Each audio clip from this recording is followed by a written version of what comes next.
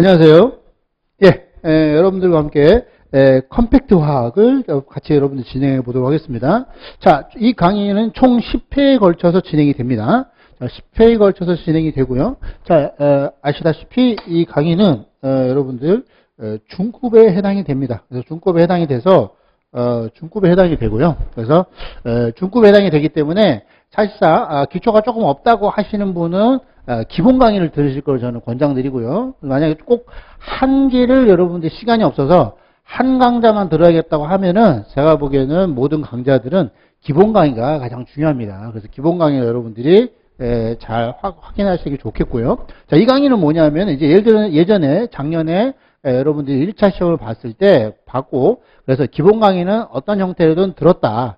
그래서 나는 또는 화학을 전공했지만 좀 오래전에 공부한 게 좀 잊어버리긴 했지만 전공자이기 때문에 기본 강의는 조금 그래서 이 중급 강의 형태로 여러분 듣고 싶다라고 하시는 분들을 위해서 나온 것이고요.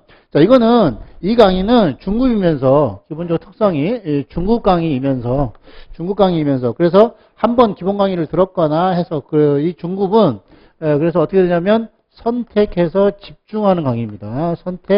집중하는 강의다, 이렇게 보시면 되겠습니다. 그래서 기출이 많이 된 거. 그래서 우리가 기본 강의 중에서도 우리가 기본 강의에서 공부했던 것 중에서 기출이 굉장히 많이 되는 중요한 부분에 대해서는 조금 더 우리가 내용을 심층적으로 들어갈 수 있는 거 좀 더 심층적으로 들어가고, 그 다음에 여기다가 실전까지 같이 하려고 하는 겁니다. 그래서 실전, 즉 문제풀이도 같이 하려고 하는 거예요. 문제를 같이 여러분들과 풀이를 해서 바로 그 관련돼서 하려고 하는데, 이 실전의 문제풀이를 대비하기 위해서는 이번 이 컴팩트 화학에서는 어떻게 했냐면 이제 유형별로 여러분들이 문제풀이를 하려고 합니다. 그래서 출제되는 유형이 어떤 유형이냐, 그래서 그 유형에 따라서 집중적으로 공략을 하려고 하는 거예요. 그래서 유형에서 나오는 형태에서 나오는 부분에서 우리가 비슷한 문제를 계속해서 풀어보게 되면, 그래서 여러분들이 연습을 하게 되면 시간 단축의 효과도 있고, 그 다음에 그래서 우리가 여기서 이론을 완벽하게 정리하고 실전뿐만 아니라 우리가 손도 여러분들 익혀지는 연습도 행할 수 있는 강의로 진행하고자 합니다. 그래서 선택 집중이기 때문에 실제적으로 선택한다는 것은 시험에 크게 나오는 테마가 여러분들 지금 이 교재는 8개로 쪼개져 있습니다. 8개로 쪼개져 있어서 그래서 보통 여러분들은 이게 10회짜리니까 한 해당 한 챕터씩 내가 다 씹어먹는다, 이렇게 생각하시고 여러분들이 따라오시면은 훨씬 더 여러분들 유용하게 사용될 수 있을 거라고 보시고 되고요. 그래서 중급 강의니까 여러분들이 이렇게 해서 접근해 오시면은 크게 문제는 되지는 않을 것이다 라고 보시면 되겠습니다. 그래서 여러분들이 내용을 보통 3시간이 진행이 되면은 한 해가 3시간 중에 1시간 반 내지 2시간은 이론을 다시 한번 확인하고, 그 다음에 좀 더 심화적으로 들어갈 수 있는 거 좀 더 심화적으로 들어가서 확인한 다음에 나머지 한 1시간에서 1시간 반을 역시나 문제를 푸는데, 그래서 비슷한 출제 유형에 맞춰서 비슷한 문제를 우리가 유형별로 우리가 푸는 데 있어서 집중하게 될 겁니다 라는 거죠. 자, 그래서 이렇게 여러분들이 보시면 될 것 같고요. 그래서 여러분들이 8개, 즉 10회짜리니까 여러분들이 주말만 잘 활용하신다면, 주말하고 여러분들이 일주일에 이틀 정도만 잘 활용하신다면은 우리가 실전 문제뿐만 아니라 우리가 이론뿐만 아니라 문제까지 같이 정리할 수 있는 형태로 될 수 있다라고 보시면 되겠습니다. 그래서 여기는 기출문제랑 그다음에 기출문제에 추가 문제가 들어가 있다라고 보시면 되겠어요. 그래서 여러분들이 비슷한 유형 같이 보도록 하겠습니다. 자, 이렇게 해서 여러분들이 기본적인 이 강의의 취지가 이렇게 되니까 여기에 여러분들이 맞춰서 여러분들 하나씩 접근해 오신다면 크게 여러분들이 도움이 되실 거라고 저는 믿습니다. 자, 그러면 이제 계속 가보도록 하겠습니다. 자, 첫 번째의 테마가 이겁니다. 첫 번째 테마가 자, 최근에 문제의 경향이 어디서 주로 나오냐면은, 최근에 보시면, 기출문제의 경향을 보시면 알 수 있습니다. 자, 기출문제 경향을 봤을 때, 분자의 모형은 크게 세 가지 이론이 있어요. 분자의 모형에는 크게 세 가지 유형이 있는데, 그 세 가지 유형에 해당되는 거, 그래서 분자의 모형에 해당되는 이론이 세 가지가 있다고 했습니다. 자, 그래서 첫 번째가 여러분들이 VS EPR 이론이라는 거고요. EPR 이론이라고 하는 거. 그 다음에 혼성오비탈이라고 하는 것이 있어요. 혼성오비탈 이론이라는 게 있습니다. 혼성오비탈 이론이 있고, 이 혼성오비탈 이론에다가 이것이 조금 더 확장돼서 나온 게 분자오비탈 이론입니다. 분자오비탈 이론. 자, 분자오비탈 사실상 혼성화 시키는 과정이 있어요. 혼성오비탈 중에 하나인데, 그래서 요 세 가지에 해당하는 것인데, 보통 요 VS EPR 이론이 여러분 이렇게 보통 이제 고등학교 때 굉장히 쉽게 배웠던 부분이고, 요즘 여기까지도 조금 더 다뤄지고 있죠. 간단한 부분의 경우에는. 그래서 요 기본적으로, 이 혼성오비탈을 여러분들이 하려면 기본적인 오비탈에 대한 이해가 필요합니다. 그래서 여기는 이제, 원자 오비탈에 대한 내용도 같이 실었습니다. 원자 오비탈에 대한 내용을도, 같이 실어가지고, 오비탈과 그 전자 배치에 관련된 것이 나오는데, 최근 들어서 이게 좀 안 나왔습니다. 안 나오다가, 이 분자 오비탈, 여기서 가장 핵심적인 것은 문제가 어려워지기 시작하면서 이제 분자 오비탈이 나오게 됐다는 거예요. 분자 오비탈이 보시면 56회를 빼고는 57, 58, 59, 60회에 거의 해마다 한 문제씩 나왔다고 볼 수가 있습니다. 올해도 물론 나왔고 작년에도 나왔습니다. 그렇죠? 그래서 굉장히 중요한 테마입니다. 그래서 얘가 그래서 지금 떠오르고 있는 가장 중요한 부분이기 때문에 여기 봐야 된다. 그 다음에 혼성오비탈과 분자의 모형에 대해서도 보시면 5, 4, 5, 6, 7, 8, 9. 그래서 8은 여기서 나왔죠? 그래서 여기서 보시면 또한 하나가 나오게 된다. 그래서 오비탈에 근거해서 혼성오비탈 또는 분자오비탈까지 같이 정리해 놓고 하시면 역시나 확실한 내가 봤을 때는 하나가 여러분이 또 하나 해결될 수 있는 문제가 되겠습니다. 자, 그래서 오비탈에 의한 전자배치부터 하나씩 우리가 접근해 가보도록 하겠습니다. 자, 오비탈에 의한 전자배치. 오비탈 전자배치는 기본적으로 가장 에너지가 낮은 오비탈을 기준으로 하는 겁니다. 원자들은 수많은 들뜬 상태가 있어요. 수많은 들뜬 상태를 기준으로 할 수는 없습니다. 그래서 오비탈에 의한 전자배치는 기본적으로 바닥 상태를 기준으로 합니다. 바닥 상태가 기준이다라고 하는 거죠. 바닥 상태가 기준이다라고 하는 거. 자, 그 다음에 파울리의 그래서 오비탈 전자배치는 그게 세 가지 이론에 근거를 하고 있습니다. 첫 번째 파울리의 베타 원리라는 게 있고, 그 다음에 두 번째가 축조 원리라는 게 있습니다. 그 다음에 세 번째가 훈트의 규칙이라는 것이 있죠. 훈트의 규칙이라는 것이 있고요. 자, 여기서 여기 전에 나와 있던 거 여러분들이 이미 오비탈에 근거한 기본적으로 이제 나올 수 있는 거는 있는데, 요 전에 우리가 여러분들이 오비탈에 있어서 양자수라는 개념은 있잖아요. 양자수. 그쵸? 양자수는 여러분들이 좀 아셔야 되겠죠? 그래서, 여기 지금, 양자수는 제가 조금 빼먹었는데, 우리가 양자수에 대해서도 우리 한번 정리를 하고 넘어가 보도록 하겠습니다.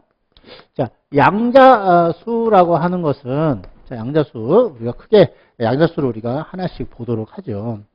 자, 그래서, 양자수는 말 그대로 여러분들이 그 전자가 발견될 확률을 이제 우리가 슈레딩거 방정식을 확률 밀도 함수를 풀면서 그것을 원자의 궤도 함수라고 하는 오비탈이라는 것을 풀어내면서 그 오비탈이 나타내게 주는 게 결국에는 이 양자수로 구체화된다라고 보시면 되겠습니다. 양자수는 크게 네 가지가 있죠. 크게 네 가지가 있는데 첫 번째가 어떻다? 주양자수라는 게 있습니다. 주양자수라는 게 있고요. 자, 그 다음에 주양자수. 자, 주양자수가 있고, 그 다음에 이제 부양자수라는 게 있습니다. 부양자수. 자, 그 다음에 여러분들이 자기양자수라는 게 있고요. 자기양자수라는 게 있고, 그 다음에 스핀양자수라는 게 있습니다. 스핀양자수라는 게 있다. 자, 그래서 주양자수는 기호로 여러분들이 아시다시피 이건 n입니다. n에 해당이 되고요. 자, 부양자수는 우리가 l이라고 해당이 되고, 얘는 ml 이렇게 아래 첨자를 쓰게 되고, 얘는 스핀 양자수는 이렇게 쓰게 됩니다. 그렇죠? 그래서 부양자수라고도 하고요. 그 다음에 얘는 각운동량 양자수라고도 합니다.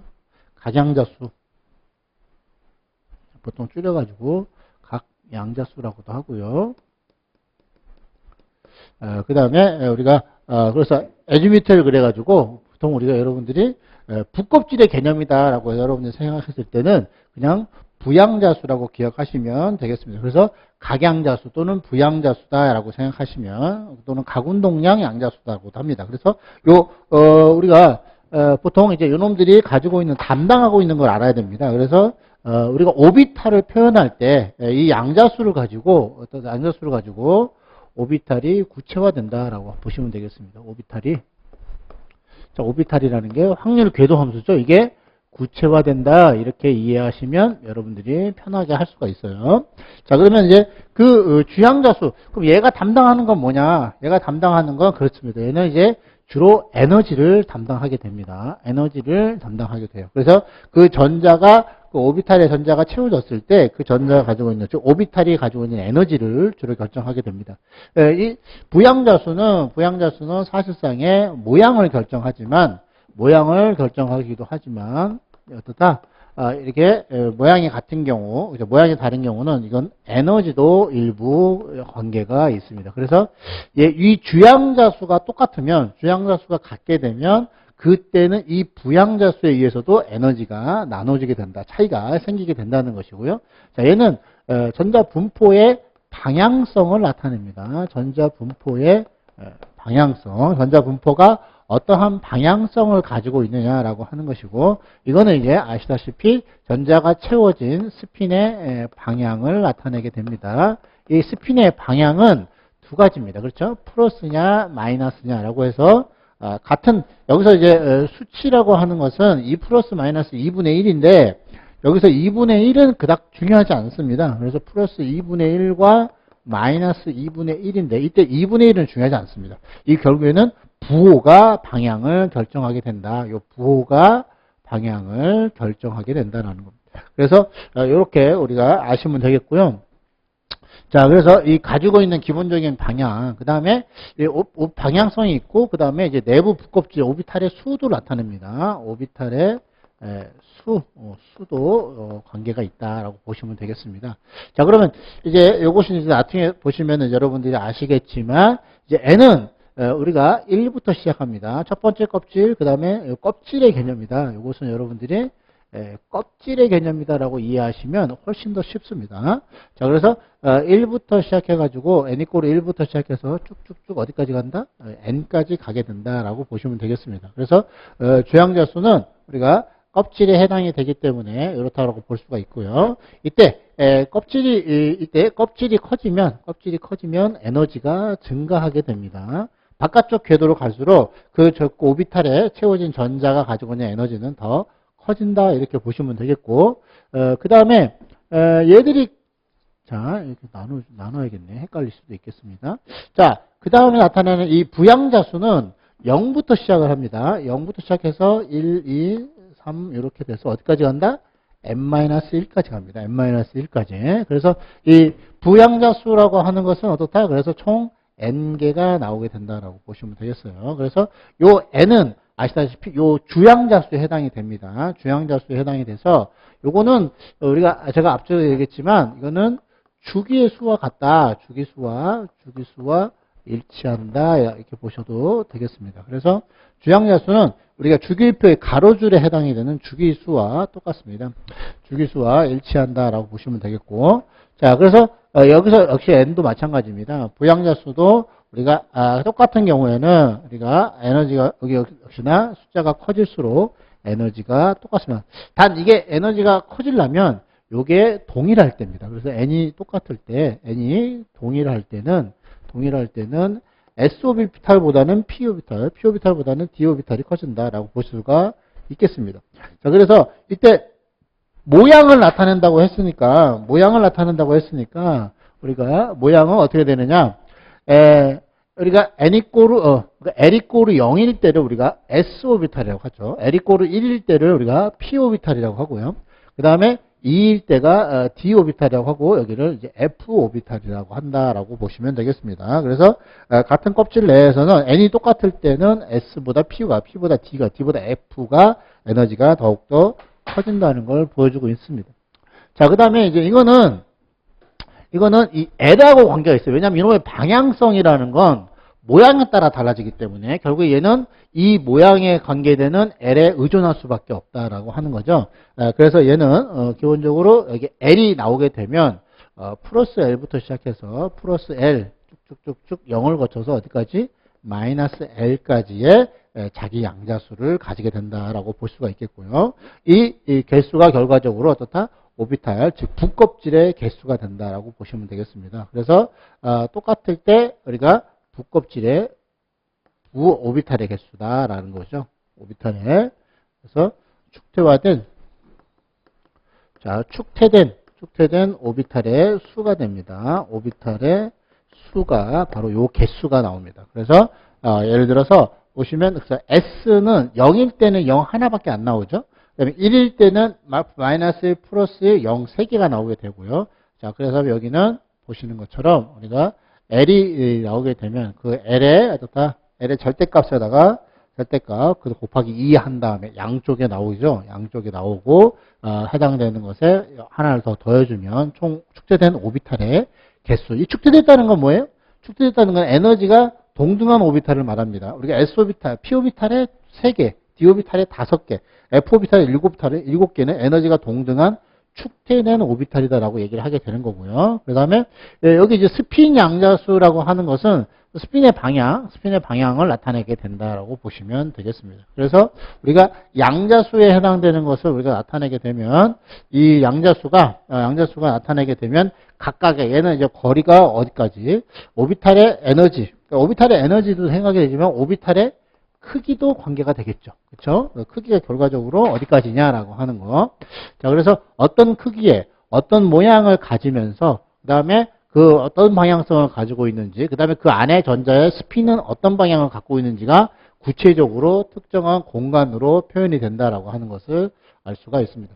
이 모양이라는 게 뭐라고 그랬어요? 그 모양이라는 게 전자가 발견될 확률이 90%인 공간의 모양이에요. 90%인 공간의 모양을 나타내고 있다라고 보시면 되겠고, 여기서 아주 중요한 것은 우리가 이 네 개의 양자수가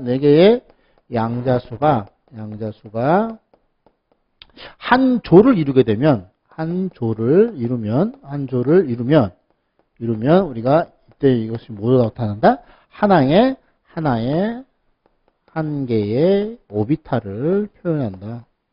오비탈이 된다라고 하는 겁니다. 그래서 어떠한 크기에, 어떠한 모양에, 어떠한 방향성을 가지면서 어떠한 스핀으로 채워져 있다라고 해서 우리가 이것이 굉장히 중요하다라고 하는 겁니다. 그래서 양자수가 나타나면 어떤 일종의 주차장의 어떤 특정한 공간이라고 보시면 돼요. 그래서 얘가 몇 층에 있고, 그 다음에 얘는 어떠한 서쪽에 있냐, 동쪽에 있냐 방향성을 나타내고, 그 다음에 얘가 올바르 주차할 수 있는 방향이 두 가지잖아요. 앞쪽을 대거나 뒤쪽을 대거나 둘 중에 하나다. 그래서 어느 방향으로 되어 있느냐라고 하는 것을 우리가 나타낼 수 있게 된다는 거예요. 그래서 이렇게 네 개 양자수가 한 조를 이루면 우리가 막연하게 되었던 것을 우리가 공간상의 특정한 곳으로 우리가 나타내게 된다. 그래서 오비탈을 우리가 확률 밀도 함수다 이렇게 얘기합니다. 밀도 함수다라고, 또는 다른 말로 하면 원자의 궤도 함수다 이렇게 표현하죠. 그래서 같은 말입니다. 자, 그래서 이런 말이 나오면 어려우니까 확률 밀도 함수 또는 견자의 궤도 함수라는 말이 나오면 오비탈이란 말로 바꾸세요. 오비탈이란 말로 바꾸면 훨씬 더 수월해지기 때문에 이렇게 정리를 해볼 수가 있게 되겠습니다. 자, 그러면 요거에 대한 우리가 오비탈을 여러분들이 이제 아신다면, 양자수의 개념이 좀 잡혔다면은, 그러면 이제 이 양자수의 근거에서 원자들마다 오비탈, 즉 전자가 차가 들어갈 장소가 만들어지게 되는 거예요. 그래서 그 장소에다가 차가 채워지게 되면 어떠한 형태로 채워지는가가 나타내는 게 바로 이 파울리의 베타울리입니다. 원래는 양자수가 처음에 나왔을 때는 여기까지밖에 없었어요. 없었는데 전자를 채우다 보니까 여기서 결과적으로 파울리의 베타 원리라는 게 나오게 됩니다. 파울리의 베타 원리라는 게 나오게 되면서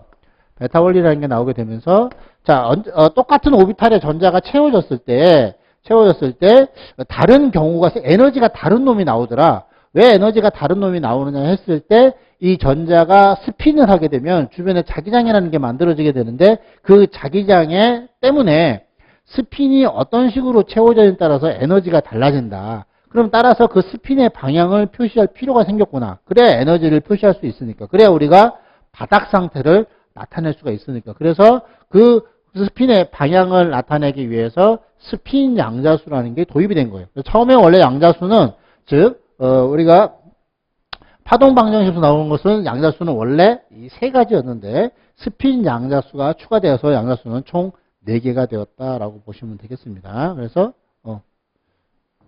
4개가 아니라 3개죠. 3개입니다. 3개.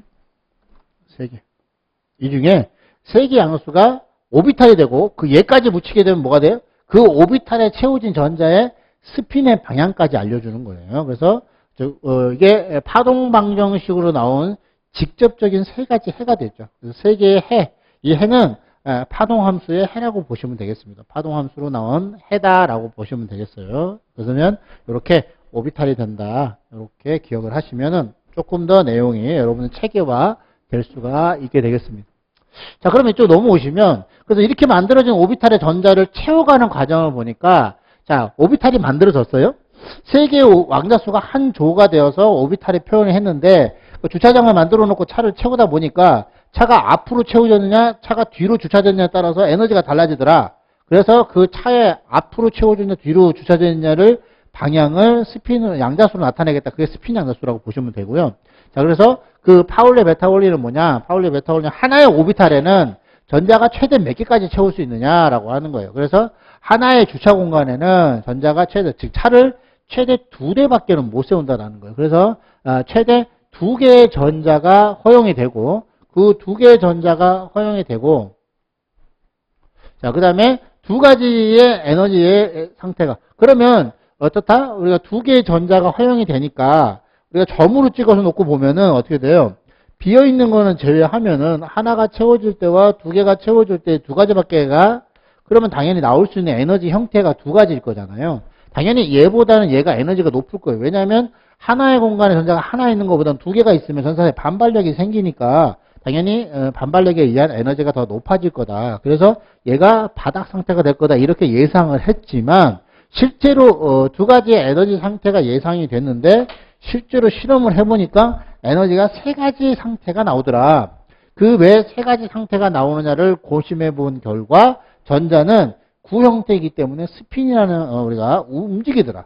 그래서 스핀이라는 형태가 되면은 이게 마이너스 전기를 띤 물질이기 때문에 전하를 띤 입자가 운동을 하면 주변에 자기장이 만들어지잖아요. 그래서 유도 자기장이 만들어지면서 보시는 것처럼 이렇게 자기장의 형태가 만들어진다. 일종의 작은 무슨 형태가 된다? 일종의 작은 자석처럼 행동한다. 그래서 여러분들 이제 그 오르나사 법칙 가지고 우리가 나타내게 되면 이건 전자니까 전류의 방향은 반대가 되잖아요. 그래서 결국에는 이런 방향으로 만들어지게 된다는 거죠. 그래서 이게 이제 자기장의 방향인데 그래서 2개가 채워지게 되면 하나가 채워지면 사실상 에너지는 다 똑같다고 봐야 되니까 2개가 채워지게 되면 극단적인 2가지의 에너지형 차이가 나타난다라고 보시면 되겠습니다. 그래서 이렇게 반대 방향으로 자기장이 들어간 경우, 즉 스핀의 방향이 반대 방향인 경우 또는 스핀의 방향이 같은 방향인 경우, 이렇게 스핀의 방향이 반대 방향이면 서로가 자기장이 상쇄가 돼버리죠. 그래서 상쇄가 돼버리면서 자기장이 같지 않은 주변에 자기장이 굉장히 약해지는 형태가 만들어지면서 되지만 얘는 보시면 거의 한쪽 방향으로 자기장이 만들어지잖아요. 2개가 합으로 생기기 때문에. 그래서 바닥 상태와 들뜬 상태를 기본으로 봤을 때 바닥 상태는 사실상의 요 에너지가 3개가 나온다는 게 이제 스핀을 도입하니까 설명이 되더라. 그래서 스핀을 도입하고 나니까 결국에는 전자가 2개가 채워질 때는 요 2개가 가장 에너지가 낮은 바닥 상태가 되고 얘는 이제 들뜬 상태다. 그래서 실제로 얘는 들뜬 상태 하시 보자는 베타 원리 얘는 이러한 규칙을 만들 수가 없다. 이렇게 설명이 되는 겁니다. 그래서 파울리가 베타 시켜야 된다. 그래서 얘는 이런 스핀의 배치는 나오지 않는다. 그래서 두 가지만 나온다라고 얘기했던 것이 바로 파울리의 베타 원리입니다. 그래서 파울리는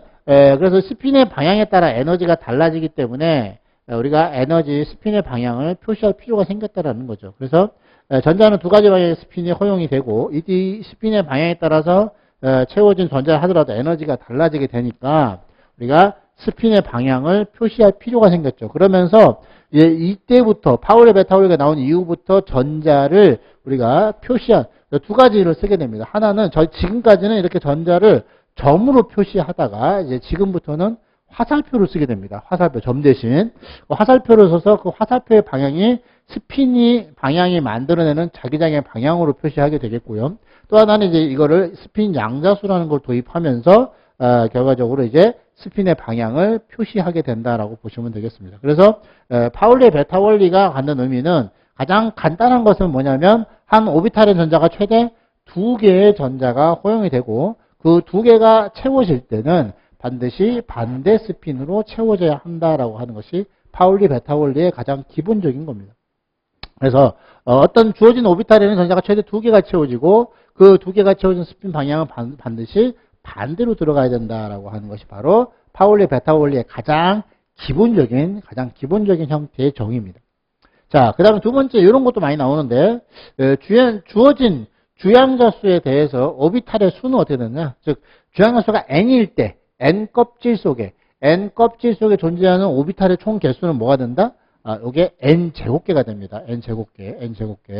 자, 그 다음에 이때 주어진 껍질 중에 허용되는 최대의 전자수는 지금 파울리가 한 오비탈당 전자가 2개 들어갔다고 했으니까 오비탈의 수가 이렇다면 여기다가 2를 곱하면 결과적으로 총 개수가 나오게 된다. 이렇게 되는 거죠. 그래서 만약에 이제 n이 1이에요. n이 1이면 나올 수 있는 것이 뭐가 되겠어요? 1S 하나밖에 없죠. 우리가 n이 1이면 나올 수 있는 거는 우리가 얘가 L이 0밖에 안 되니까 1S만 생기게 되고요. 그렇죠? 그 다음에 n 이꼬르 2 껍질에 해당되는 것은 이 1S도 들어가고 뭐죠? 2S도 들어가지만 2P도 만들어지죠. 그렇죠?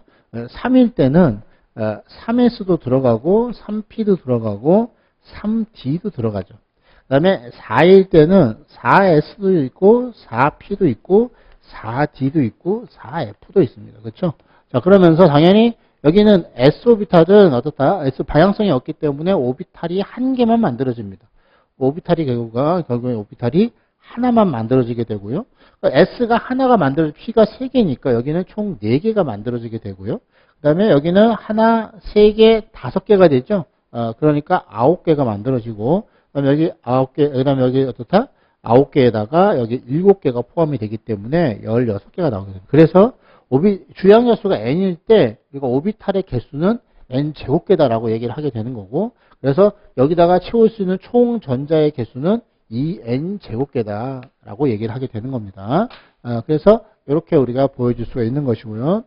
자, 그래서 또 하나의 경우에는 요거는 좀 이따가 설명할 건데 우리가 연습 한번 할 때 4개 양수가 모두 동일한 전자는 2개 이상 존재할 수가 없습니다. 그래서 우리가 기본적으로 파울리 베타를 이렇게 좀 고급지게 얘기하면은 우리가 모든 전자는 양자수랑 이렇게 페어링이 되는데 4개의 양자수랑 페어링이 되는데 자, 이걸 이렇게 표현하면 되겠네요. 그래서 우리가 전자에 오비탈이 되지만 또 하나가 뭐다? 4개의 양자수가 모든 전자는 4개의 양자수로 특정화된다는 거.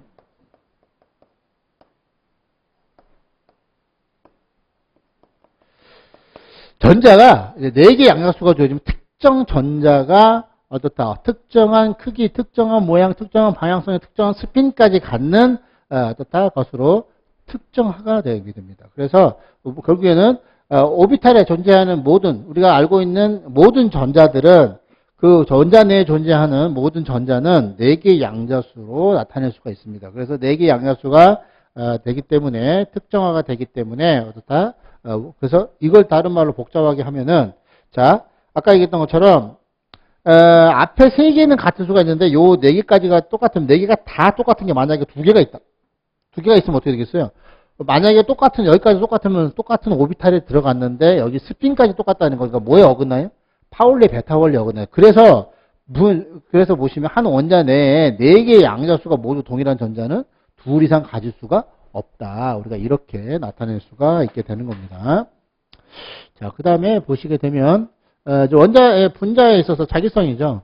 자기성은 이 스핀의 방향에서 나온다고 보시면 되겠습니다. 그래서 스핀의 방향성. 그래서 홀전자가 되게 중요합니다. 홀전자가 있냐 없냐.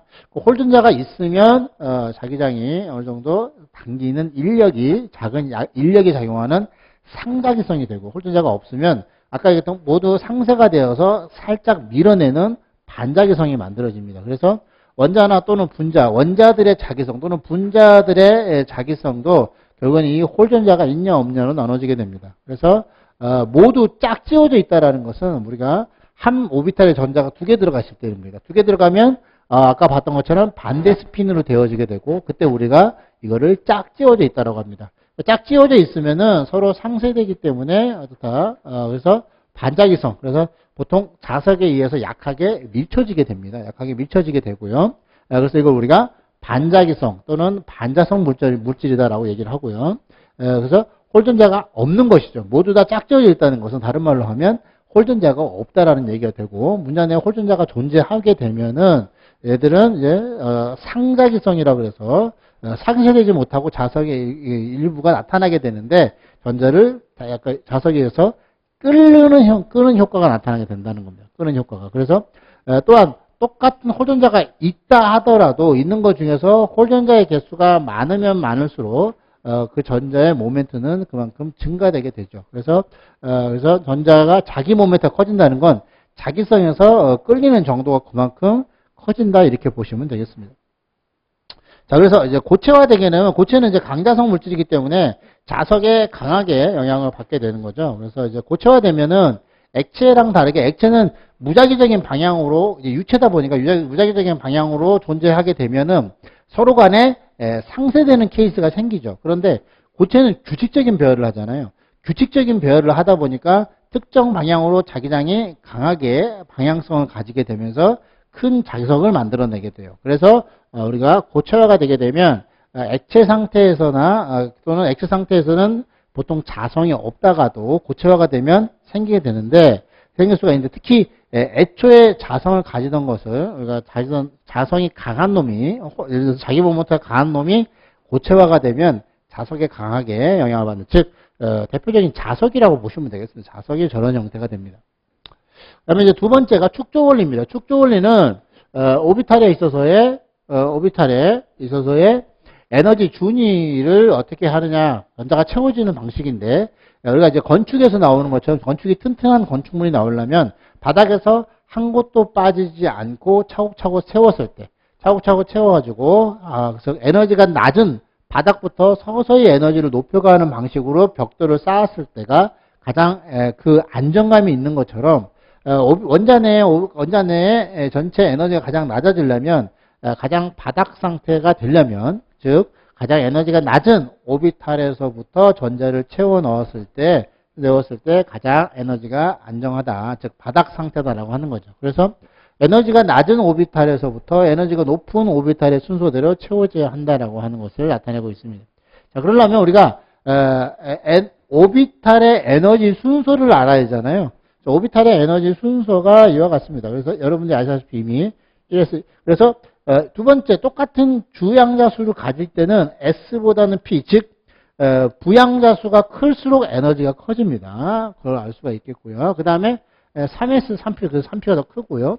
4S하고 4 그다음에 P, D인데 요 D는 좀 예외입니다. D는 약간 이거는 이제 침투성이 있기 때문에 뒤에 나와요. 그 다음에 그래서 보통은 이렇게 부양자 수가 클수록 에너지가 커지는데 D 오비탈은 오비탈 자체가 S와 P와 다르게 침투성이라는 게 있기 때문에, 침투성이 없기 때문에 이런 특성을 가지게 됩니다. 그래서 4S하고 그 다음에 3D, 그 다음에 4P 이렇게 형태가 돼요. 자, 그래서 이것은 우리가 d 오비탈이 가지고 있는, 이건 이제 전자가 여러 개 있을 때, 둘 이상이 있을 때는 이와 같은 오비탈의 순서를 가지게 되는 것이고, 그 다음에 수소의 경우는 아시다시피 전자가 하나밖에 없습니다. 하나밖에 없기 때문에 모양에 따라서 오비탈이 에너지가 달라질 이유가 없어요. 무슨 얘기냐면, 우리가 기본적으로 이제 얘는 이제 d 오비탈은 예외죠. D는 예외. 자, D는 예외가 되는데, 여러분도 어차피 F도 쓸 일이 없기 때문에, F도 좀 그렇긴 한데, 일단은, D 오비탈은 예외다. 그래서, 보시게 되면은, 자, 기본적으로 이렇게 오비탈 자체가 채워지는 경우에, 이렇게 모양에 따라 에너지가 달라지는 이유가 뭐냐? 모양에 따라 에너지가 달라지는 이유는, 당연히 똑같은 만약에 하나는 구 형태로 들어가 있고, 하나는 아령 형태로 들어가 있어요. 그런데 그러면 여기서 전자가 두 개가 들어가 있다. 두 개가 들어가 있으면 얘들이 모양이 다르니까 반발력이 달라질 수밖에 없어요. 반발력이 다르니까 에너지가 어떻다? 달라질 수밖에 없죠. 모양에 따라서. 그런데 만약에 전자가 하나밖에 없어요. 하나밖에 없으면 모양에 따라 반발력 자체가 없기 때문에 모양에 따라서 에너지가 달라질 이유가 없다. 그래서 결과적으로 봤을 때 그래서 보시면은 수소는 전자가 하나밖에 없기 때문에 수소는 주양자 수에 의해서만 에너지가 결정이 됩니다. 수소의 경우에는 주양자 수에 의해서만 결정이 된다라고 하는 것이죠. 그래서 수소는 우리가 주양자 수에 의해서만 결정이 된다. 그래서 여기서 이제 우리가 오비탈의 에너지 순서를 알려면은 우리가 오비탈의 최대 수용 전자수가 아시면 되겠죠. S 오비탈은 그게 1S는 2S는 3S 항상 S 오비탈이라면 오비탈이 하나밖에 안 생기기 때문에 부오비탈이 그래서 항상 두 개밖에 채울 수가 없고요. 그 다음에 P오비탈은 축대된 3개가 나오죠. 그래서 최대한 채울 수 있는 게 6개가 되고요. 그 다음에 D오비탈은 축대된 오비탈이 5개가 나옵니다. 그래서 자기 양자수가 5개가 나오다 보니까 자, 그 다음에 F오비탈은 7개가 나와서 총 7개의 축대된 오비탈이 나오게 되죠. 그래서 여기다가 다 채우신 것이 좋다면 이거를 이게 여러분들이 주기표를 기억하시면 이제 왜 이런 매직 숫자가 나왔는지 알 수가 있습니다. 여기가 보시면 2칸이고, 그 다음에 여기가 P오비탈 구간 여기가 6칸입니다. 6칸이고, 여기가 10칸이고요. 그 다음에 원래 주기표는 밑에 내려와 있는 두 줄이 원래는 여기에 들어가야 됩니다. 세 번째와 네 번째 사이에 들어가야 돼요. 세 번째와 네 번째 사이에 들어가야 돼. 요거까지 합치면. 그러면 보시면 여기가 2칸이라는 거 여기가 S블록이라는 얘기고요. 여기가 6칸이라는 건 P블록이라는 얘기고요. 여기가 10칸이라는 건 여기는 D블록이라는 얘기고요. 여기가 14칸이라는 건 여기는 F블록이라는 걸 알 수가 있습니다. 그래서 이렇게 기본적인 오비탈의 블록이 나타나져 있다는 걸 알 수 있고요. 자, 그 다음에 아시다시피 가로줄이 주기수인데 주기라고 하는 거 1주기, 2주기, 3주기 그 주기의 수와 여기에는 주양자 수가 똑같다고 했습니다. 그래서 여기서 보시면 그 주양자 수가 해당되는 것을 이렇게 1S, 그 다음에 여기는 2S, 2P 이렇게 되죠. 그래서 기본적으로 이렇게 이제 만들어지는데, 그래서 요 순서에 맞게끔 결국에는 정해주면 된다. 즉, 이 주기표는 오비탈의 에너지 순서마저도 고려해서 만든 것이다. 이렇게 보시면 되겠습니다. 그래서 D의 경우에 어떻습니까? D의 경우에는 주기에서 매를 빼요? 1을 빼죠. 그 다음에 이 F는 더합니다. F는 주기의 수에서, 즉, 2를 뺍니다. 즉, 주양자 수라는 거죠. 주양자 수의 수에서 마이너스 1을 빼고, 그 다음에 얘는 2를 뺀다. 즉, 주양자 수가 결국엔 주기의 수니까, 그 주기수에서 2를 뺀다. 그래서, 이게 무슨 얘기냐? D오비탈이 최초로 나오는 건 4주기 때입니다. 4주기 때지만, 얘는 4D가 아니라 1을 뺀 3D라는 거고요. 얘도 5D가 아니라 1을 뺀 4D, 그 다음에 5D, 6D 이런 식으로 된다는 거죠. 그 다음에 F오비탈이 최초로 나오는 건 6주기입니다. 6주기인데 6주기에서 나오는 얘가 6F가 아니라 2를 뺀 4F가 된다. 얘는 5F가 된다는 걸 알 수가 있습니다. 그래서 이렇게 되면은 여러분들이 이제 이해하시기가 편하게 될 거예요. 자, 그래서 보시게 되면은 여기서 이제 이렇게 우리가 주어져 있게 됩니다. 자, 그 다음에 이제 오비탈의 전자 배치를 나타내려니까, 오비탈이 나타내려고 하는 것을 이제, 표기하는 방식이죠. 표기하는 방식은, 이렇게, 우리가 기본적으로 우리가 오비탈 도형이라고 얘기를 합니다. 전자의 스핀의 방향까지 보여주는 거죠. 그래서 보여주는 것이고, 그 다음에 밑에는 요걸 간략하게 나는 스핀의 방향이 필요가 없다. 개수만 알면 된다. 이렇게 표시하는 방법이 있죠. 그래서 헬륨, 그 다음에 아시다시피 이제 리튬이 이렇게 되죠. 그 다음에 베릴륨은 이렇게 됩니다. 그렇죠? ES까지 채우고 나면 자 1S에서 2S로 넘어가는 여기가 뭐겠어요? 이게 왜 2S에 채우냐고 물어보면 축적 원리입니다. 왜냐하면 1S 다음으로 에너지가 낮은 오비탈이 2S이기 때문에 2S 채우는 거고요. 자 2S 다음에 에너지가 낮은 게 2P 오비탈이니까 왜 2P 오비탈에 채우냐고 얘기하면 축적 원리에 해당이 되는 것이고요. 그 다음에 얘는 이제 하나니까 당연히 이 중에 하나가 들어가겠다. 높아지면 축소되는 에너지 사상 여기나 여기에 들어가나 차이가 없습니다. 에너지 차이가 없어요. 똑같아요. 축소됐기 때문에 우리가 통상적으로 그냥 순서를 앞에서부터 채우게 되는 겁니다. 앞에서부터 채우게 되는 거고요. 자, 그 다음에 여기를 우리가 순서는 PX, 그 다음에 여기 EPX, EPY, EPZ 통상 처음부터 XY, Z, XY, Z 순서로 나타내게 되죠. 자, 그 다음에 이제 탄소가 되면 이거 이제 여기부터 도형이고 이게 이제 일반적인 개수만을 나타내는 표현입니다. 자, 그 다음에 이제 탄소가 되면은 이렇게 표현하는 걸 뭐라고 그러세요? 이렇게 표현하는 거를 우리가 비활성 기체를 이용하는 거죠. 바로 전에 나오는 가장 가까운 이전 비활성 기체를 이용하게 되면 이렇게 기체를 이용한 표현 방식, 이렇게 세 가지의 표현 방식이 있다. 오비탈을 표현하는 방식이. 탄소가 되면은 이렇게 세 가지의 형태가 나오게 되죠. 우리가 통상 이제 전자가 하나가 더 들어가니까 축대되어 있을 때 에너지가 어떻게 들어갈 거냐. 이렇게 각방에 들어가는데 같은 방향으로 들어가느냐, 반대 방향으로 들어가느냐, 또는 각방에 같이 들어가느냐, 이렇게 세 가지 형태가 있을 겁니다. 자, 그랬을 때 당연히 어떻게 되겠어요? 이 세 가지 중에 훈트라는 사람이 나타나서 이 중에서 과연 어떤 것이 가장 에너지가 낮은 바닥 상태냐라고 했을 때 이것이 바닥 상태라는 걸 알려주게 되는 거예요. 이것이 바로 바닥 상태를 나타내는 훈트의 규칙입니다. 그래서 훈트의 규칙은 어떤 때 쓰는 거냐면 이렇게 EP 오비탈 3개, 즉 축퇴되어 있는 붓껍질이 축퇴되어 있는 오비탈의 전자가 채워질 때는 이와 같이 에너지가 똑같은 곳에 채워질 때는 이렇게 같은 방향으로 한 각방에 하나씩 들어갔을 때가 채워진다라고 하는 것이고요. 그래서 두 개 이상의 오비탈을 가지는 붓껍질, 즉 두 개 이상의 붓껍질을 가지는 놈은 전자가 채워질 때는 그들의 스핀이 같은 방향으로 들어가야 돼요. 같은 방향으로 이용될 수 있는 동등한 에너지를 갖는 오비탈에 먼저 한 개씩 들어갑니다. 즉 이렇게 미리 두 개를 한꺼번에 채우지 말고 각 방에 같은 방향으로 채우자라고 하는 거죠. 자, 이거를 우리가 이렇게 해서 표현하고요. 그 다음에 한 궤도함수. 궤도함수라는 말이 나오면 뭘로 바꾸라고요? 오비탈로 바꾸라고요. 한 오비탈이 전자 쌍을 가지려면, 즉 두 개를 가지려면 같은 에너지를 갖는, 즉 축퇴되어 있는 같은 껍질 내에서 다른 모든 궤도함수, 다른 모든 오비탈이 적어도 한 개의 전자를 가지고 있을 때 한해서 가능하다. 그래서 최소한 이렇게 최소한의 같이 되어야지만 한해서 우리가 가능하다. 이렇게 보여지겠다라고 보시면 되겠습니다. 자, 그래서 동등한 에너지를 갖는 오비탈에 홀 인원수가 많도록 최대한 채워줄 때 가장 안정한 에너지를 갖는다. 그러니까 요 첫 번째 것을 다른 말로 하면 이렇게 된다는 거예요. 이 세 가지, 일단 요거보다는 요거, 또는 요거보다는 요게도 얘기하는 게, 홀 전자 수가 많아질수록 짝지어진 것보다는 홀 전자가 들어가 있는 것이 더욱더 에너지가 낮다라는 거예요. 그래서, 가급적이면 이렇게 가장 안정하다는 것은 가급적이면 홀 전자를 홀 전자 수가 많도록 전자를 채워줘야지만 가장 안정하다.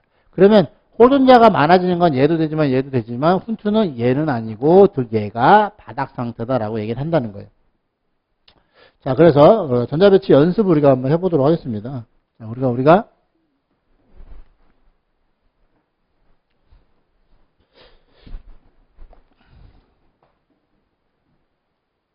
자, 우리가 오비탈에 대해서 우리가 나타내게 되면 이렇게 되죠. 우리가 보통 박스로 표현하기도 하고요.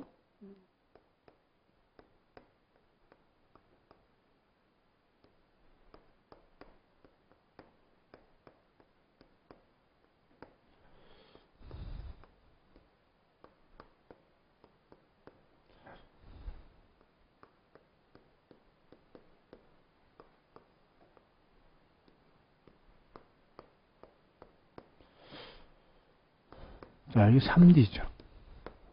최소한 여러분들이 30번까지는 알고 계셔야 됩니다. 30번까지. 자, 그래서 여기 연습을 해보면 전자배치의 예외. 자, 여기 지금 에너지 순서대로 나타낸 거예요. 에너지 순서대로. 여기로 갈수록 에너지가 더욱더 커진다라고 하는 거죠. 커진다라고 하는 거예요. 자, 그래서, 왜, D 오비탈은, 얘는 얘보다 주양력수가 작은데도 더 에너지가 더 높느냐, 이렇게. 4S는 왜 낮느냐라고 하는 것은 나중에 설명을 드릴게요. 자, 일단, 이것이 이제 오비탈의 에너지 순서고, 주기율표를 여러분들이 알고 있다면, 요거는 순서, 주기율표 위에서부터 하나하나씩 내려오는 방식으로 내려오면 된다라는 거예요. 내려오면 된다. 그래서 여기 이제 전자를 기본적으로 뭐가 채워져 있는 거예요? 축조 원리가 밑에 깔려져 있는 거죠. 에너지가 바닥 상태에 나오고 하려면, 에너지가 낮은 놈부터 높은 놈 순서로 채워야 된다는 겁니다. 그래서 1번에 수소가 1로 들어간다는 거죠. 왜 1로 넣느냐라고 했을 때, 축조 원리다라고 보시면 되겠고, 그 다음에 스핀의 방향은 뭐 살짝 위쪽, 아래쪽 상관없는데 구별 안 가지고 우리는 통상 위쪽으로 씁니다. 자, 그 다음에 헬륨은 이렇게 쓰겠죠. 반드시 반대로 들어가야 돼. 이거는 파울리의 베타 원리가 적용이 되는 거고요. 그 다음에 리튬이 어디로 오겠어요? 1로 오죠. 1로 오는 이유는 축조 원리에 해당된다. 그 다음에 베릴륨은 이렇게 간다. 이건 당연히 파울리의 베타 원리가 되겠고요. 자, 그 다음에 붕소가 이렇게 오고요. 자, 그 다음에 어디로 간다? 탄소가 이렇게 옵니다. 탄소가 이렇게 올 때는 우리가 배웠던 뭐다? 그렇죠. 훈트의 규칙입니다. 훈트의 규칙. 그 다음에 질소가 되면 이렇게 옵니다. 역시나 각 방에 같은 방향으로 들어가야 됩니다. 그 다음에 산소는 더 이상 이제 채울 데가 없으니까, 채울 수가 없으니까, 결과적으로 쌍을 지어서 들어갈 수밖에 없습니다. 짝을 지울 때는 반드시 반대 스피너로 들어간다는 거죠. 그렇죠. 그래서 산소가 이렇게 되고요. 그 다음에 불소가 되고 이게 네온이 됩니다. 그렇죠. 자, 그 다음에 보시면은 나트륨이 여기 있겠죠. 그 다음에 마그네슘 이렇게 들어갑니다. 그 다음에 알루미늄, 규소, 인, 황, 그 다음에 염소, 그 다음에 아르곤 이렇게 되겠습니다. 자, 그 다음에 칼륨과 칼슘이 이렇게 되겠죠. 원래 여기까지가 20번입니다. 20번 전자배치가 되겠고, 자, 그 다음에 여기 어떤 마지막에 스칸디움, 티탄, 바나듐, 크롬인데, 크롬은 나중에 나오겠지만 이거 예외입니다. 얘가 여기 넘어와야 돼요. 그 다음에 크롬, 그 다음에 이게 망간이죠. 망간. 망간이 원래는 5개가 가장 최대의 홀전자 수를 가지는 것처럼 보이지만 이 5개가 최대 홀전자 수를 가지는 게 아니라 망간 25번의 망간이 아니라 24번의 크롬입니다. 크롬입니다. 좀 있으면 예외로 보면 알겠고요. 자, 그 다음에 이제 망간까지 했으니까 철, 코발트, 니켈, 구리, 아연 이렇게 쓰면 이게 바로 뭐다? 아연의 전자배치다. 전자배치는 반드시 문제에서 원자 번호를 줍니다. 원자 번호를 줘야 여러분들이 주기율표상의 위치를 파악할 수 있거든요. 주기율표상의 위치를 파악할 수 있어야 쓸 수 있기 때문에 나중에 원자 번호를 주니까 원자 번호는 고민할 필요가 없습니다. 자, 그러면 이렇게 쓰는 것이 우리가 오비탈 도형이라고 얘기하는 거고, 오비탈 도형으로 쓰게 되면 이렇게 전자들의 스핀의 방향까지도 알려줍니다. 자, 근데 나는 굳이 이걸 필요 없다. 그래서 1S에 2개, 2S에 2개 이렇게 쭉 나열하는 것을 우리가 기본적인 일반적인 표현 방식이고, 이것도 싫다. 그러면 아르곤까지는 전자배치가 똑같고요. 그 다음에 4S에 2개를 채우고 3D에 10개를 채웁니다. 이렇게 표현하죠. 자, 근데 이렇게 표현하게 되면 좀 있으면 나오겠지만 원자과 전자가 다 표현이 되지 않습니다. 원자과 전자가 표현되지 않기 때문에 주양자 수가 작은 놈부터 주양자 수가 큰 놈 순서대로 나열하기로 했다 해서 여러분들 기본적으로 주기율표 순서에 맞게끔 전자 배치를 하고 마지막에 주양자 수가 작은 놈부터 큰 놈 순서대로 바꿔주기만 하면 되겠습니다. 자, 그 다음에 우리가 파울리 베타 축조 원리 요것들에 의해서 나오는 거고요. 자, 그 다음에 아까 나왔던 것 중에 이 모든 이 아연 속에 존재하는 이 30개에 해당되는 모든 전자는 다 4개의 양자수를 표현할 수 있습니다. 그래서 그 4개의 양자수로 표현했을 때 어떻게 되느냐. 자, 예를 들어서 요 놈을 나타내 봅시다. 4개의 양자수로. 그 양자수라는 건 N이 주양자수, 그 다음에 방위 양자수, 그 다음에 자기 양자수, 그 다음에 스핀 양자수. 이 순서대로 여러분들이 만약 이렇게 한다면 당연히 3P에 해당이 되기 때문에 주양자수는 3이고 그 다음에 P는 L이 1일 때입니다. 그 다음에 여기는 통상 플러스 0, 여기 X, Y, Z축이 하니까 여기가 0이 되겠고요. 자, 그 다음에 여기는 위쪽을 플러스로 잡으면 위쪽이 플러스 2분의 1이 된다는 것을 알 수 있습니다. 자, 그러면 만약에 얘를 가지고 해보자는 거죠. 얘를 가지고 해보면 앞에가 얘는 동등한 오비탈에 들어가 있습니다. 동등한 오비탈에 들어가 있다는 건 이 세 개는 똑같다는 걸 나타내고 있습니다. 왜냐하면 이 세 개가 한 조를 이루면 뭐라고 그랬어요? 이 세 개가 한 조를 이루면 얘는 오비탈을 나타낸다고 했단 말이에요. 오비탈을. 그래서 같은 오비탈에 들어가 있으면 당연히 앞에 세 개가 똑같아야 되죠. 자, 그런데 얘는 어떻게 되겠어요? 스핀의 방향이 반대 방향이잖아요. 그래서 아까 이런 말이 나온 거라고 그랬죠? 모든 전자가, 어떤 전자, 두 개 전자가 있는 두 전자가 만약에 네 개의 양자수가 모두 같다는 것은 파울리 베타 원리 어긋납니다. 왜냐하면 앞에 세 개까지는 같을 수가 있어요. 그러면 같은 오비탈에 들어갔다는 얘기인데 요거까지 같아버리면 같은 오비탈에 반대 방향의 스핀이 아니라 같은 방향의 스핀이 들어가 있다는 얘기니까 파울리 베타 원리에 어긋나서 저와 같은 전자 배치는 가질 수가 없게 된다라고 이렇게 보실 수가 있게 되는 거죠. 자, 그래서 이와 같이 우리가 나타낼 수 있게 되고요. 자, 그 다음에 좀 뭐 이런 것도 한번 해볼까요? 자, 이런 같은 경우에는 자, 이런 같은 경우에는 어떻게 되겠어요? 3D니까 주항수 3일 거고 D는 2가 됩니다. 그렇죠? 2가 되고 여기 이제 플러스 1, 0, 플러스 2, 플러스 2, 여기는 플러스 1이고 여기는 0이 되겠죠.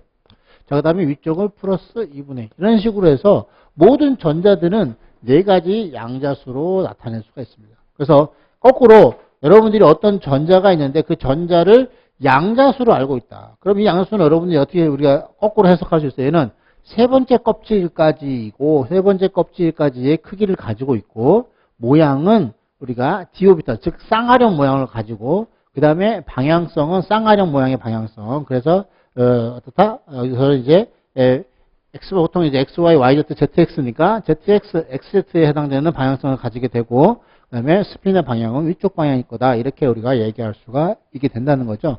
자, 그래서 이와 같은 방식으로 우리가 모든 전자 그러면 이제 왜 파울리 베타 원리가 그렇게 되는지 쉽게 이해할 수가 있을 것이다. 자, 그래서 오피탈 전자 배치가 이제 되겠어서 여러분들 이게 이제 다 정리된 것이 이제 그 표죠. 우리는 보통 이제 다 외울 필요 없이 기본적으로 여러분들이 30번까지는 기본적으로 암기를 해야 돼요. 누가 툭 치면 나올 정도가 돼야 됩니다. 30번까지는 기본적으로 나와야 되고요.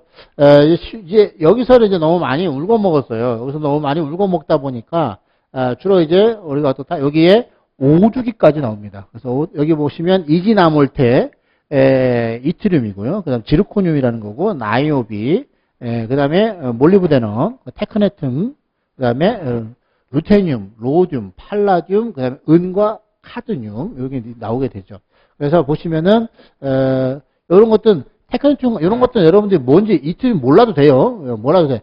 원자 번호만 주면 되는 거예요. 원자 번호가 여기 있으면 얘가 어떤 전자 배치를 가질 것이다. 어차피 이 표에 의해서 딱 규칙으로 표준화가 됐기 때문에 훨씬 더 수학적으로 어떻다.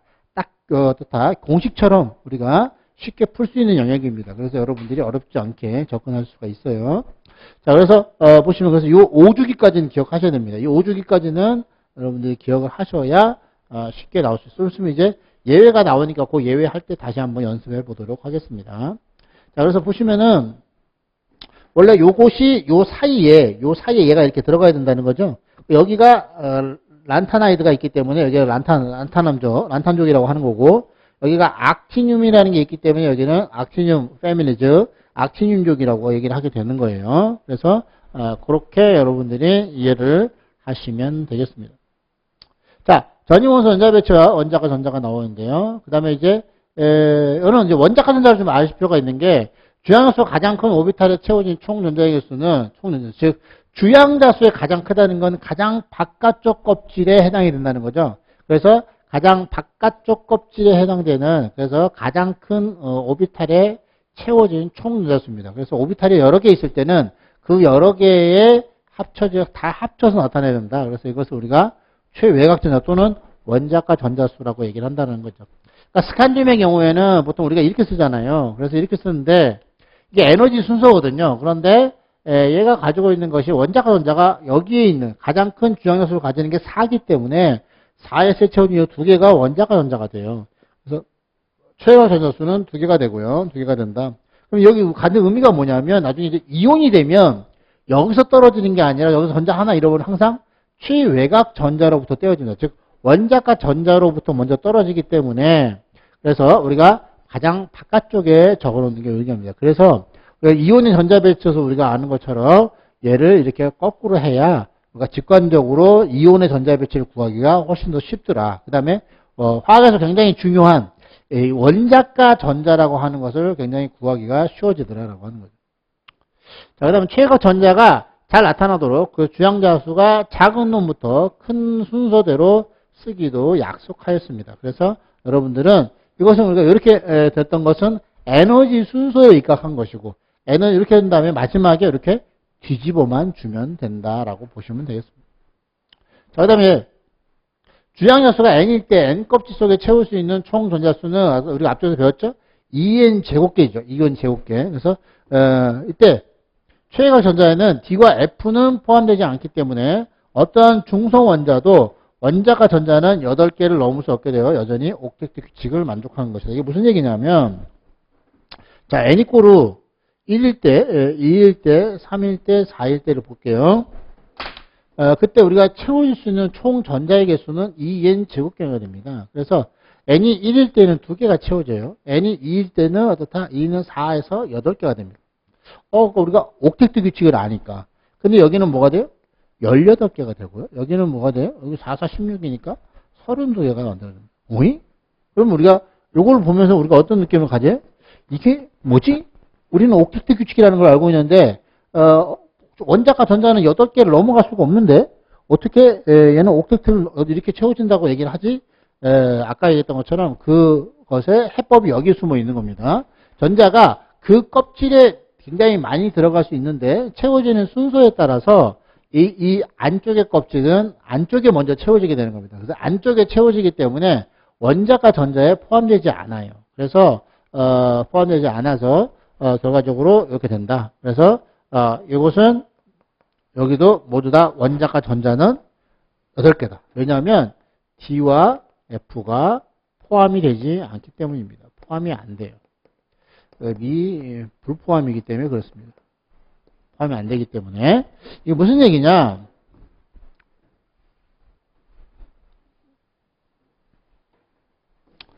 자, 우리가 이제 칼륨과 칼슘이 이렇게 있어요. 자, 그 다음에 이제 스칸듐이죠. 타이타늄, 그 다음에 바나듐, 크롬, 망간, 철, 코발트, 니켈, 구리 이렇게 아연이 있을 거 아니에요?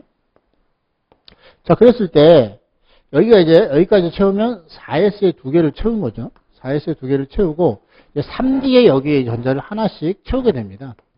그럼 여기는 뭐냐면, 3D의 전자가 하나 들어가는 거예요. 여기는 3D의 전자가 2개 들어가는 거고, 3D에 3개, 3D에 4개, 3D에 5개, 이런 식으로 가겠죠. 그래서 여기에 3D에 꽉 채우는 10개가 채워지게 됩니다. 문제는, 즉, 바깥쪽 껍질의 전자가 에너지 순서가 다르다 보니까 바깥쪽에 먼저 채워져요, 2개가. 그런 다음에 이 3D라는 건 얘보다 하나 적기 때문에 안쪽 껍질입니다. 그래서 안쪽 껍질에 이렇게 채워져 있기 때문에 만약에 설사 여기가 10개가 다 채워졌다 하더라도 이때의 원자과 전자는 몇 개다? 그렇죠. 2개입니다. 앞에 채워진 전자과 전자 2개입니다. 그래서 여기에 들어갈 수 있는 전자의 개수는 많아진다 하더라도 어떻다? 얘들은 원자과 전자에서 포함이 되지 않기 때문에 이때 원자과 전자는 2개입니다. 그러면 결국에는 이걸 나타낼 수 있는 게 뭐예요? 그래서 우리가 전이원소는 우리가 기본적으로 원자과 전자가 몇 개라는 걸 알 수가 있어요. 그렇죠. 원자과 전자가 둘 또는 하나인데 이게 예외예요. 이게 둘 또는 하나가 들어가는 게 예외죠. 그래서 이렇게 또는 0인 경우도 있어요. 파라듐처럼 0인 경우도 있는데 둘 또는 1이거나 0 이런 게 되는 것은 예외가 됩니다. 그래서 우리가 전이원소가 가지고 있는 특성 중에 하나인 거예요. 전이원소는 우리가 같은 주기에서 어떻다? 원자과 전자의 크기가 또 그 원자과 같은 주기에서 그래서 비슷한 성질을 갖는 놈이 나와요. 왜냐하면 같은 주기에서 원자과 전자가 둘 또는 하나로 유사하기 때문입니다.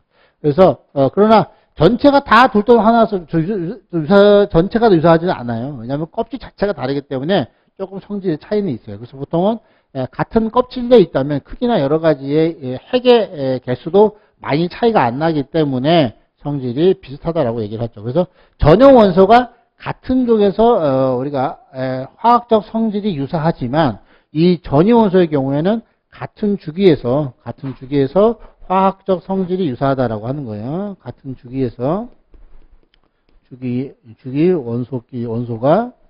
원소끼리 화학적 성질이 우리가 동일하다라고 얘기를 하는 거예요. 화학적 성질이 유사하다. 이렇게 얘기를 하게 되는 겁니다. 자, 그래서 이렇게 우리가 정리를 해볼 수가 있게 되겠습니다. 그래서 전이 원소에 있어서의 전자 배치, 그 다음에 그 원자과 전자까지 여러분들하고 같이 공부했습니다. 자, 그래서 일단 여기서 우리가 한 박자 쉬었다가 계속해서 진행하도록 하겠습니다.